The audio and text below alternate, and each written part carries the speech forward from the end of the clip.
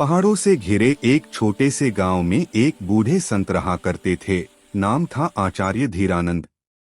उनका घर एक साधारण झोपड़ी था, जिसके चारों ओर फूलों के पौधे और नीम के पेड़ लगे थे। हर सुबह गांव के लोग उनके पास आते, कोई सलाह लेने, कोई मन की पीड़ा बांटने, तो कोई बस उनकी शांत आंखों को देखने। कहते हैं, उनकी आंखों में जैसे झील की गहराई थी, जिसमें हर व्यक्ति अपने भीतर का प्रतिबिंब देख लेता था। एक बेचैन युवक। एक दिन शहर से एक युवा आया, नाम था आरव। उसके कपड़े महंगे थे, गाड़ी बड़ी थी, पर चेहरा थका हुआ था। वह संत के सामने बैठा और बोला, गुरुदेव, मेरे पास सब कुछ है, पैसा, नाम, शोहरत, पर फिर भी मन खाली लगता है। रातों को नींद नहीं आती और दिन भर बेचैनी रहती है। बताइए, दिल को सुकून कैसे मिले? संत मुस्कुराए। पहले ये बताओ, तुम शांति कहाँ ढूंढ रहे हो? आरव ने झट से कहा, जहां भी कोशिश की, यात्राएं की, ध्यान सीखा, किताबें पढ़ी, संगीत सुना, पर मन नहीं रुकता। संत ने थोड़ी देर चुप रहकर कहा, ठीक है, कल सुबह सूरज उगने से पहले यहाँ आना, तुम्हें तुम्हारा जवाब मिल जाएगा। अगली सुबह की ठंडी हवा चल रही थी, पेड़ों पर ओस की बूंदें थीं। आरव पहुंचा तो देखा कि संत नदी किनारे बैठे हैं, एक प्याले में पानी लेकर। उन्होंने कहा, आरव, इस प्याले को ध्यान से देखो। संत ने प्याले में मिट्टी डाल दी, पानी गंदा और धुंधला हो गया। उन्होंने पूछा, अब बताओ, इसमें सूरज का प्रतिबिंब दिख रहा है? आरव ने कहा, नहीं गुरुदेव, पानी तो मटमैला हो गया है।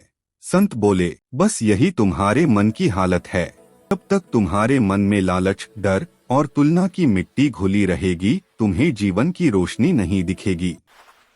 आरव ध्यान से सुन रहा था। संत ने फिर वही प्याला नीचे रख दिया। कुछ देर बाद मिट्टी नीचे बैठ गई और पानी फिर साफ हो गया। उन्होंने कहा, देखो, कुछ नहीं किया, बस समय दिया।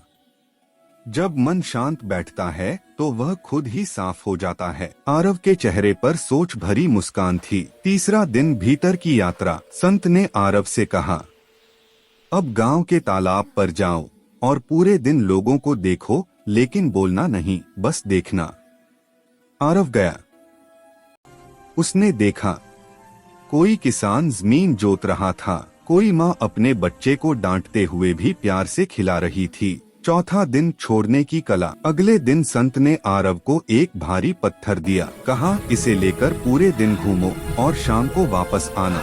आरव चलने लगा। कुछ देर में उसका कंधा दर्द करने लगा। शाम तक वह थक गया और बोला, गुरुदेव, ये पत्थर बहुत भारी है, मैं अब नहीं उठा सकता।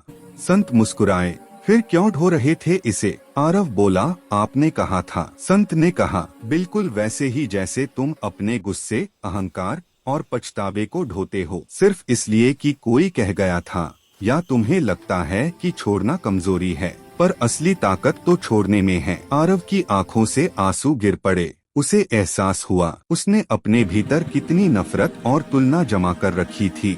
5वां दिन मौन का पाठ। संत ने कहा, आज कुछ मत बोलना, बस चुप रहो, जो महसूस हो उसे लिख लेना। पूरा दिन बीत गया।